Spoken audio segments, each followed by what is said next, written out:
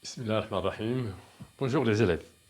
Nous allons continuer le cours sur les vecteurs et les translations. Cette séance sera réservée aux exercices. Nous avons à simplifier les deux expressions x égale cette somme-là, AB, vecteur AB moins vecteur AC plus vecteur BD moins vecteur BC plus vecteur DC. Nous avons vu avant qu'on peut changer cette soustraction par une addition. Donc x égale, on va changer ça, AB, plus CA, parce que moins AC égale au vecteur CA, plus vecteur BD, plus vecteur CB, plus vecteur DC. Donc, ça revient à une somme, comme vous le voyez ici. X égale.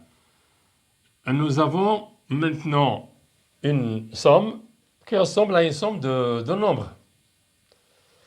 Donc, nous appliquons la commutativité de l'addition comme sur les nombres. Je permute donc la place de CA, du vecteur CA, avec la place du vecteur AB, pour pouvoir appliquer la relation de Chasles. Plus vecteur CB, permutation aussi de ça et ça, plus BD. Plus vecteur DC. La relation de Chasles nous donne vecteur CB plus vecteur CD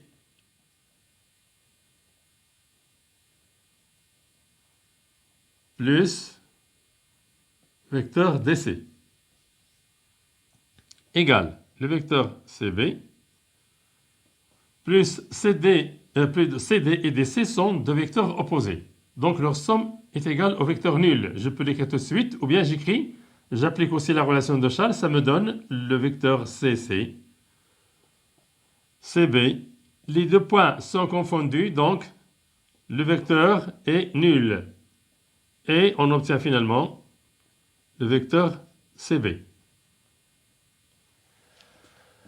L'autre expression, même chose, on va changer l'addition, la soustraction par l'addition. Donc c'est vecteur AD plus vecteur DB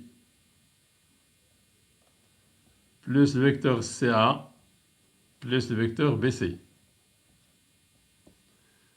Ici, ils sont disposés pour avoir la relation de Chasles, donc j'obtiens vecteur AB.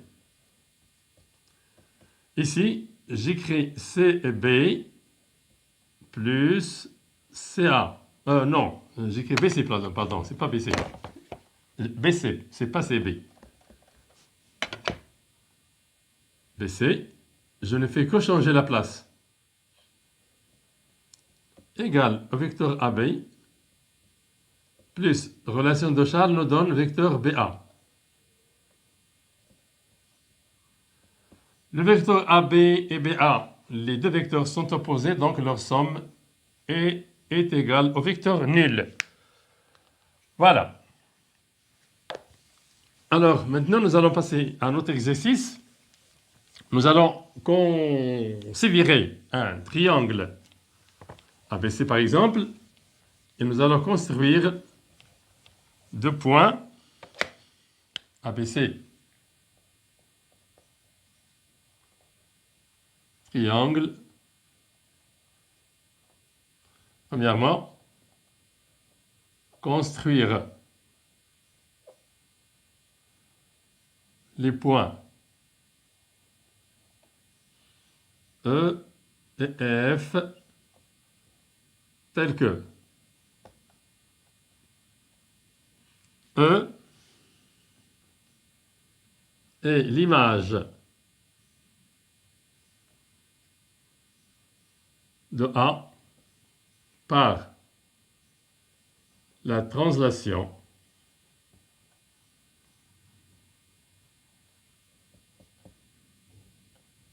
de vecteur BC. F est l'image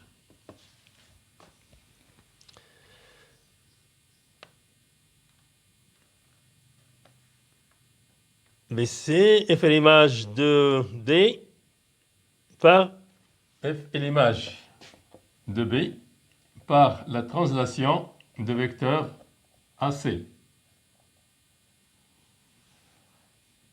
Alors, nous allons faire d'abord ceci.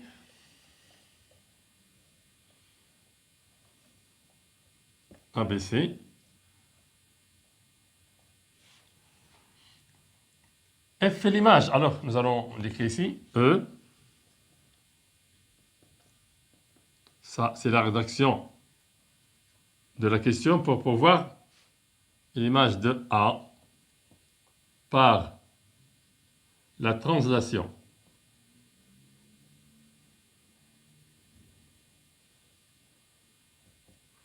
de vecteur BC signifie quoi? Que le vecteur AE égale au vecteur BC. C'est ça ce que ça veut dire. Je vous ai dit avant dans un cours que la translation n'est autre que l'égalité de deux vecteurs. Et l'égalité de deux vecteurs n'est autre que le parallélogramme.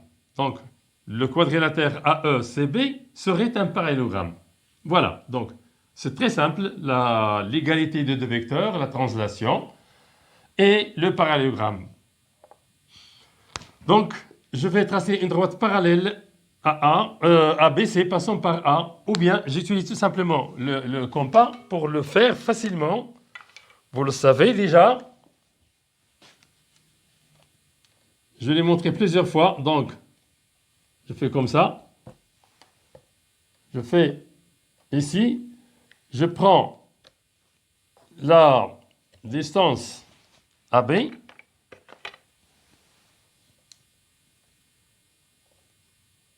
approximativement, et de C, je trace, voilà. Donc, j'obtiens l'image, en même temps, j'obtiens l'image E du point A par la translation du vecteur BC. En même temps, j'ai tracé un vecteur qui est égal à BC. En même temps, j'ai un parallélogramme ici. Voilà. De même, F est l'image de B par la translation de vecteur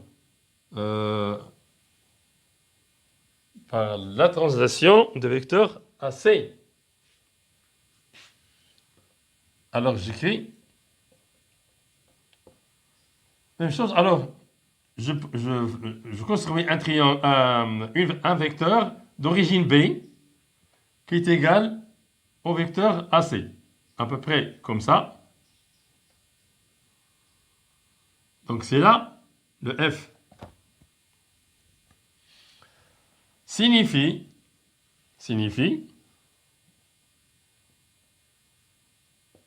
que le vecteur BF est égal au vecteur AC. Signifie aussi que le quadrilatère BFCA est un parallélogramme. Deuxième question.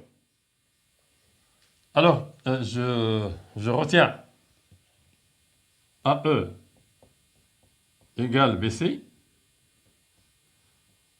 et je retiens BF égale AC, vecteur. Je passe à la deuxième question.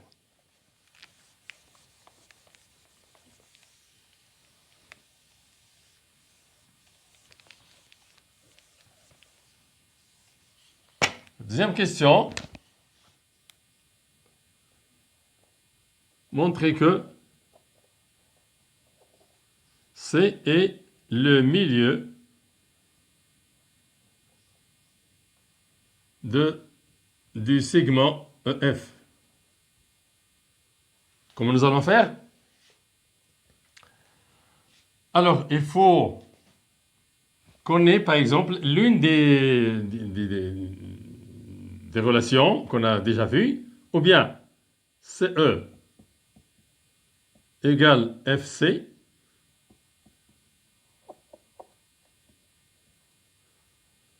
ou EF égale 2EC, et ainsi de suite. Il y en a plusieurs. Ou CF égale moins CE. Ce n'est pas les seuls. Nous avons d'autres égalités qu'on peut trouver pour montrer que C est le milieu de EF. Alors, qu'est-ce qu'on a? On a AE égale au segment BC. Plutôt au vecteur BC. Le vecteur AE est égal au vecteur BC. Cela veut dire quoi? C'est-à-dire AECB parallélogramme.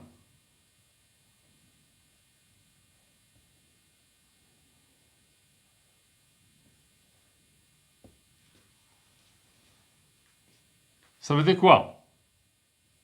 Je vous ai montré avant que quand on a un parallélogramme, nous avons 4 égalités. Celle-là et 3 autres. Donc, on peut conclure ici que le vecteur AB, le parallélogramme, c'est celui-là. Donc, vecteur AB est égal au vecteur EC. Et si vous le voyez ici, on permute les moyens. Le E vient à la place de B et le B vient à la place de E. De même,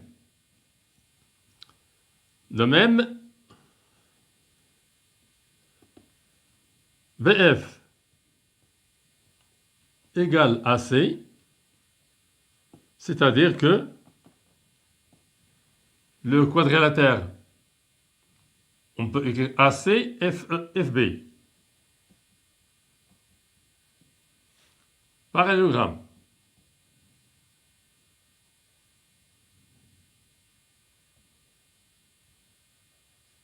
Cela veut dire quoi? Que BA égale FC égale FC. Je permute les points moyens.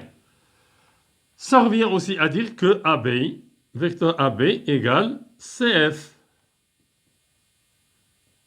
1, 2. Alors là, les deux vecteurs EC et CF sont égaux au vecteur AB. De 1 et 2, on a EC égale CF. Cela veut dire, donc, C est le milieu